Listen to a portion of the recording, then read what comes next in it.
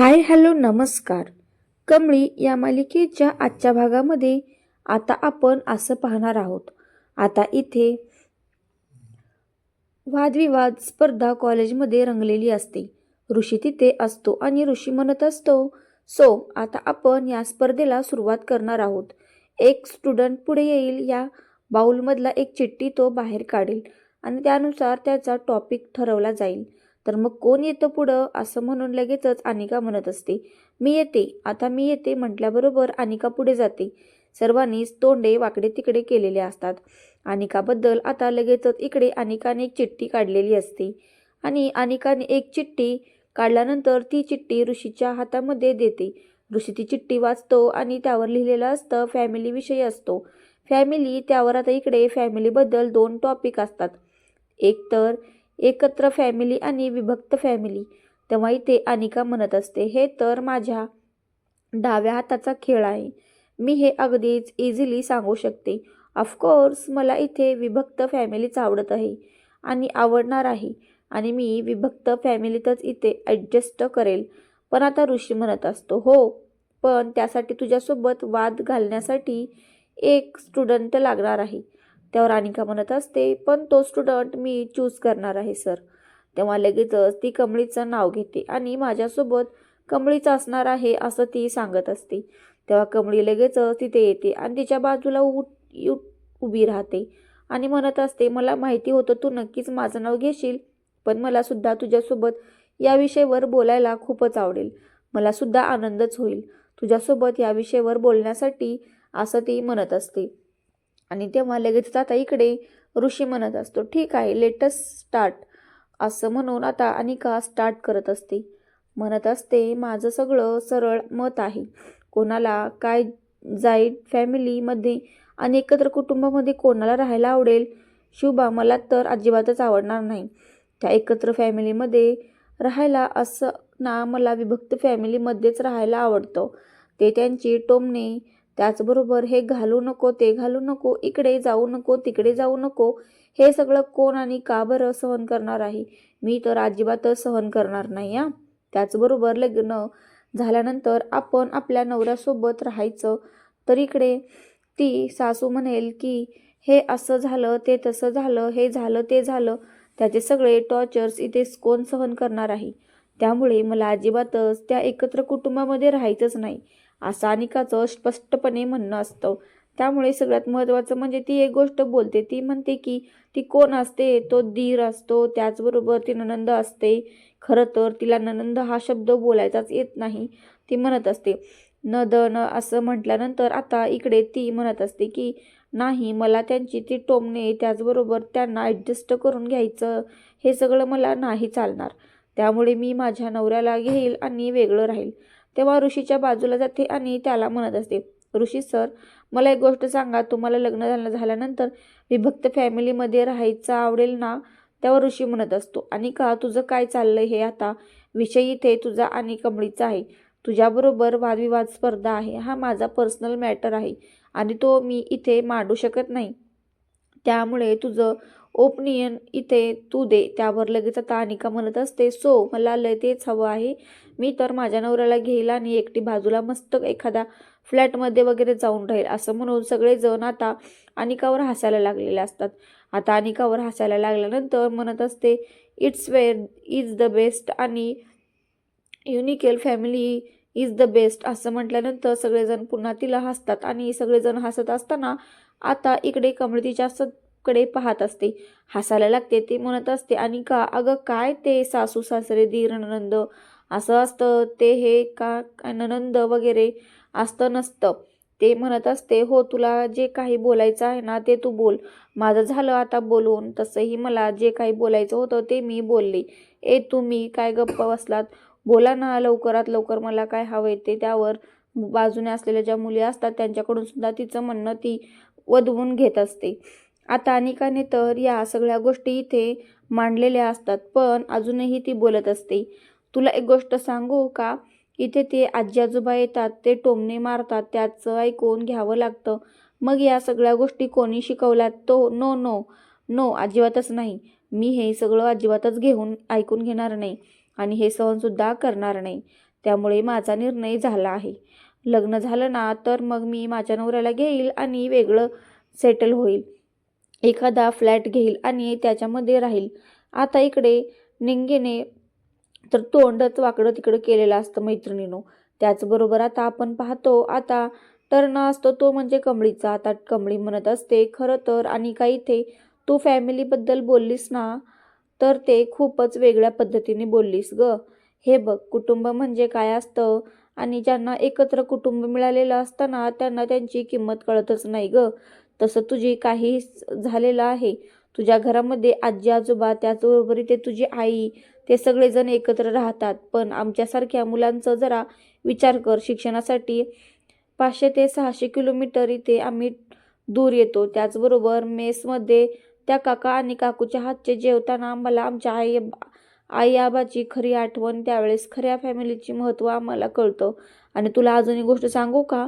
लग्न झाल्यानंतर कोण म्हणतं नवऱ्याला घेऊन वेगळं राहायचं, तर वेगळं न राहता आपण लग्न होऊन जेव्हा त्या घरामध्ये येतो ना त्या घरामध्ये आल्यानंतर आपल्याला मिळालेला आदर, त्याचबरोबर माया, प्रेम आणि त्याच समोरने दाखवलेली समजूतदारपणा, भावना, हे सगळं आपला एकदा का मन जिंकलं ना तर मग सगळ्यात महत्त्वाची एक गोष्ट मी आता सांगते. हे बघ, ते म्हणजे की काही जरी झालं ना तरी सुद्धा ती लोक आपण आपली करून घेऊ शकतो. त्यामध्ये परकेपणाची भावना राहतच नाही ग. आणि त्याहूनही सगळ्यात महत्त्वाचं म्हणजे एकत्र कुटुंबामध्ये सगळं काही मिळतं. प्रेम, माया, आपुलकी आणि त्याचबरोबर मेन म्हणजे ॲडजस्टमेंट. या सगळ्या गोष्टी एकत्र कुटुंबामध्ये मिळतात ग, ज्या की विभक्त कुटुंबामध्ये मिळत नाहीत, असं कमळीचं म्हणणं असतं. आता कमळी तिचं तिचं ओपिनियन देत असते. त्यावर ती म्हणत असते, आता अनिकाचं असं आहे, ती म्हणते की सासू मला टोमणं मारते. त्याचबरोबर इकडे जाऊ नको, तिकडे जाऊ नको, कपडे घालू नको, तसले कपडे घालू नको. मान्य आहे की म्हणते सासू, पण तिच्या कलानुसाराने तिचं मन जिंकून जर आपण करण्याचा प्रयत्न केला तर मग मात्र कुठल्याही सुनेला इथे सासू नावाचं जे काही वादळ आहे ते मात्र आपल्याला टचणार नाही किंवा त्याचा त्रास होणार नाही. आता कमळीने तिचं मत मात्र भरभरून मांडलेलं असतं. आता कमळीच्या या बोलण्यावर सगळ्यांनी वाहवाह केलेली असते. ऋषीला तर कमळीचं ते बोलणं फक्त आणि फक्त ऐकावंसंच वाटत असतं. कमळी बोलत असते तेवढ्यात स्पर्धेमधून आता कमळीचं इथे बोलणं सगळ्यांना भावून जात असतं. इकडे मात्र अनिका आता तिचं बोलणं जे आहे ते वेगळ्या पद्धतीने सांगत असते. तिला विभक्त कुटुंब आवडत असतं, तर इकडे कमळीला एकत्र कुटुंब आणि त्याचबरोबर जॉईंट फॅमिली आवडत असते. आणि त्यामुळे कमळी इथे सरस ठरलेली असते. ती म्हणजेच की आता अनिकापेक्षा आता कमळीचं बोलून झाल्यानंतर सगळ्यांनीच टाळ्या वाजवून कमळीचं इथे कौतुक केलेलं असतं. त्याचबरोबर इकडे मात्र अनिकाला राग येतो. अनिकाला राग आल्यानंतर ती विचार करत असते, काय करायचं या कमळीचं. कुठल्याही स्पर्धेमध्ये भाग घेतलं, कितीही काही जरी केलं ना तरी सुद्धा ही कमळीचं जिंकते. असं म्हटल्यानंतर कमळीने सगळ्यांनी टाळ्या वाजवलेल्या असतात. सगळ्यांना धन्यवाद म्हणते. त्यावर लगेचच आता आपण पाहतो की अनिकाला राग येतो. अनिका आता राग आल्यानंतर ती मात्र आता चरफड तिथून निघून जाण्याचा प्रयत्न करत असते. इकडे ऋषी सुद्धा कमळीचं खूप कौतुक करत असतो. सगळेजण म्हणत असतात, वा वा वा कमळी, खरंच तुझे विचार ना खूप भावले मनाला. प्राजूला सुद्धा खूप जास्त आनंद झालेला असतो. इकडे कमळीचे हे विचार ऐकल्यानंतर आता अनिका तर तिथून निघून जाते. त्याचबरोबर तिच्यासोबत असलेल्या त्या मैत्रिणी सुद्धा तिथून निघून जात असतात. निंगी आता धावतच येते आणि निंगी धावतच आल्याबरोबर कमळीवरून खडखडून बोटं मोडते आणि तिची दृष्ट काढत असते. तर आता मैत्रिणीनं दुसऱ्या बाजूला वळूयात. दुसऱ्या बाजूला राजनने आता इकडे अन्नपूर्णाच्या सांगण्यावरून एका मंदिरामध्ये तो आलेला असतो आणि अन्नपूर्णाच्या सांगण्यावरूनच मंदिरामध्ये आल्यानंतर आता आपण पाहतो की इकडे त्याला खरं तर इथे देवीला जे काही साकडं घालायचं असतं आणि त्याचबरोबर इथे अन्नपूर्णाचं असं म्हणणं असतं की तिची मोठी सून आणि त्याचबरोबर थोरली नात इथे लवकरात लवकर घरी यावी म्हणून तिने ही साकडं घालण्याचा जो काही प्रयत्न केलेला असतो त्याकरिताच राजन आता इकडे प्रसाद घेऊन आलेला असतो. तेव्हा राजन इकडे मंदिरामध्ये येतो आणि गुरुजींना या सगळा काही प्रकार तो सांगत असतो. त्यावर गुरुजी म्हणत असतात, तुम्ही नका काळजी करू, तुम्ही म्हणता ते सगळं काही व्यवस्थित आणि त्याच पद्धतीने होईल. तुम्ही तोवर दक्षिणा घालून घ्या. मी इकडे देवीसमोर तुम्ही पाठवलेला हा जो काही प्रसाद आहे तो ठेवून येतो आणि तुमचं जे काही म्हणणं आहे त्या म्हणण्यानुसार मी इथे देवी आईला साकडं घालतो. असंच आता इकडे गुरुजींनी राजनला सांगितलेलं असतं. आता या सगळ्या गोष्टी राजनला गुरुजींनी सांगितल्यानंतर तर राजन मात्र त्याच पद्धतीने सगळं काही करण्याचा प्रयत्न करत असतो. आता गुरुजी म्हणत असतात, मला माहिती आहे अन्नपूर्णा मॅडमने इथे काय करता आणि त्याहूनही सगळ्यात महत्त्वाची गोष्ट म्हणजेच की काही जरी झालं ना तरी सुद्धा आता इकडे त्यांचं हे जे काही आहे ते सगळं लवकरात लवकर पूर्ण होईल, असं सुद्धा आता इकडे तो बोलत असतो. त्याबरोबर मैत्रिणींनो, आपण पाहतो की आता राजनने जो काही प्रसाद आणलेला असतो तो प्रसाद त्याने आता गुरुजींकडे पोहोचलेला असतो. आता तो प्रसाद इकडे गुरुजीकडे पोहोचत केल्यानंतर राजन प्रदक्षिणा घालण्यासाठी निघालेला असतो. जेव्हा आता इकडे गौरी आलेली असते, गौरी बरोबर एक मावशी दुसऱ्या असतात आणि गौरीला इथे म्हणजेच जी सरू आहे कमळीची आई, तिला हे मंदिर वगैरे काहीच माहिती नसतं आणि हे मंदिर वगैरे काहीच माहिती नसल्या कारणाने आता त्या मावशी म्हणत असतात, एक काम करते मी आता, मला ना मार्केटमध्ये थोडासा भाजीपाला वगैरे आणायला जायचा आहे, मी जाईन, येईपर्यंत मार्केटमधून सगळ्या वस्तू इथून घेऊन येईल, तोपर्यंत तुम्ही दर्शन करा आणि इथे बाहेरच्या बाकड्यावरती येऊन बसा, मग आपण सोबतच घरी जाऊया. त्यावर सरू म्हणत असते, बरोबर आहे तुझं, ठीक आहे, तू जा आणि भाजीपाला घेऊन ये, तोपर्यंत मी इथे माझं देवपूजा करते आणि बसते. त्याचबरोबर ठीक आहे म्हणून तेव्हा त्या म्हणत असतात, पण एक गोष्ट मात्र लक्षात ठेवा, काही जरी झालं ना तरी सुद्धा इथे तुम्ही कुठेच बाहेर जाणार नाही आहात. त्या मावशी तर निघून गेलेल्या असतात. त्या मावशी निघून गेल्यानंतर आपण पाहतो की इकडे आता जी सरू आहे ती सरू इथे आता देवी आई समोर हात जोडते आणि देवी आईला प्रार्थना करत असते. ती म्हणत असते, देवी आई, मी इथे गाव, घर, जमीन, जुमला हे सगळं काही सोडून इथे शहरामध्ये मुंबईमध्ये आलेली आहे. तर मी कशासाठी आलेली आहे मुंबईमध्ये, तर फक्त आणि फक्त इथे माझ्या कमळीला शोधण्यासाठीच आलेली आहे, माझ्या कमळीला भेटण्यासाठी. पण काल ती बया माझ्या स्वप्नात आली आणि ती बया माझ्या स्वप्नात पुन्हा आल्यामुळे माझी चिंता खूपच वाढली आहे. मला खूप भीती वाटत आहे ग आई, काय करावं मला काहीच कळत नाही. आई काही कर, पण इथे ना तू माझ्या कमळीवरती लक्ष ठेव, असं म्हणून ती आता देवीला प्रार्थना करत असते. तेवढ्यातच आता राजन प्रदक्षिणा घालत असतो. तर आता इकडे गुरुजींनी जी सरू आहे तिला मात्र प्रसाद दिलेला असतो आणि सरूला प्रसाद दिल्यानंतर आता आपण पाहतो की इकडे गुरुजींनी सांगितल्याप्रमाणे त्याचं सरू असतं. तर आता सरू तो प्रसाद घेते आणि प्रसाद घेतल्यानंतर ती सुद्धा इथे प्रदक्षिणा घालायला निघालेली असते. आता मैत्रिणींनो, प्रदक्षिणा घालायला निघाल्यानंतर आपण पाहतो की इकडे दुसऱ्या बाजूला कमळी आणि त्याचबरोबर ऋषी निंगी हे सगळेजण वादविवाद स्पर्धेतून ह्या हॉलमधून बाहेर येत असतात. इकडे ऋषी म्हणत असतो, वाह कमळी, तू तर आज बाजीच मारली आहेस, खरंच तुला असं हे सगळं काही करताना पाहिल्यानंतर मला तर खूपच आनंद झाला. तर आता निंगी म्हणत असते, काय ऋषी सर, आता निंगीचा तो इथे असं आहे गुरु, मग कोण आहे, तर निंगी आहे ना, मग निंगीच्या शिष्याने इथे एवढं सगळं केलं तर त्यामध्ये काय बरं, हे होणारच आहे ना. त्यावर ऋषी म्हणत असतो, पण कमळे खरं सांगू का, आता ना एक गोष्ट होणार आहे आणि ती म्हणजे की आता पुन्हा एकदा ठिकाणी स्पर्धा इथे होणार आहे आणि त्या स्पर्धा होणार आहेत म्हटल्यावर त्या स्पर्धेमध्ये मी तुझं नाव नोंदवत आहे.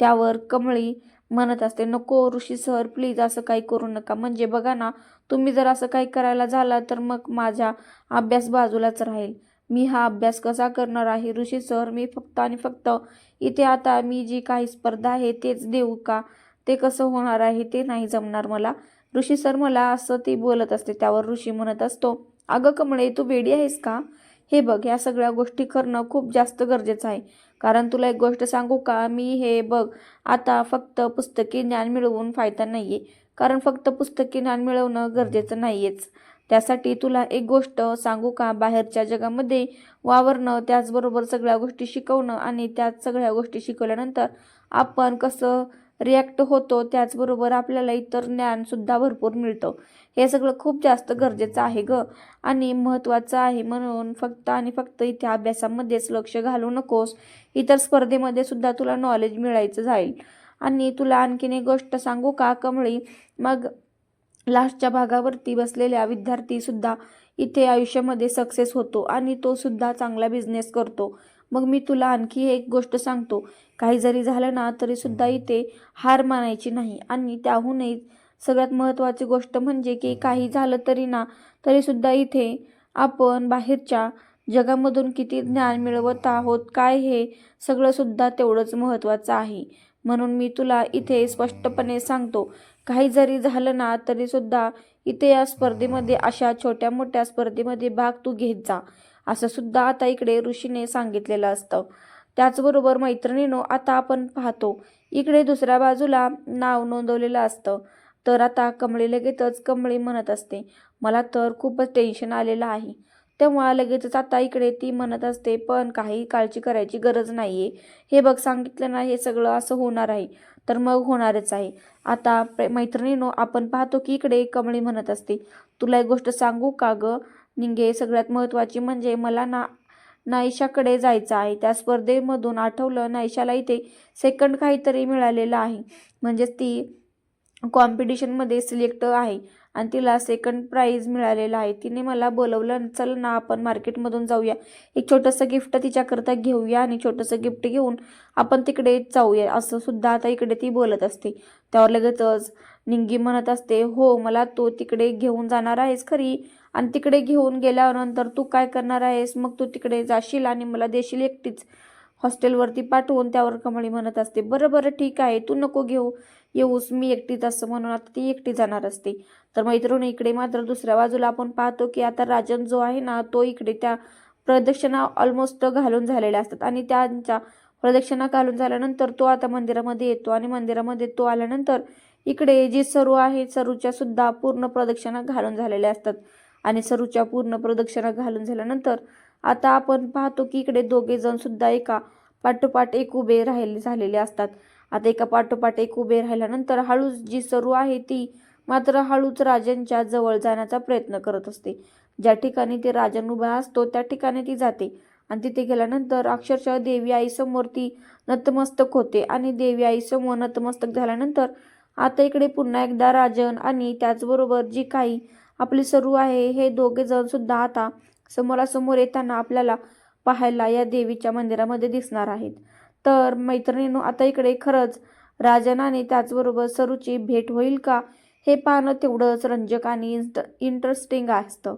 आणि त्याचसोबत सगळ्यात महत्त्वाचं म्हणजे की आता इकडे दुसऱ्या बाजूला इकडे कमळी बरोबर काय होणार आहे आणि त्याचबरोबर इकडे जी काही कामिनी आणि आहे तिला सुद्धा लगच खरं मिळालेली असते की जी सरू आहे ती मुंबई शहरामध्ये आलेली आहे.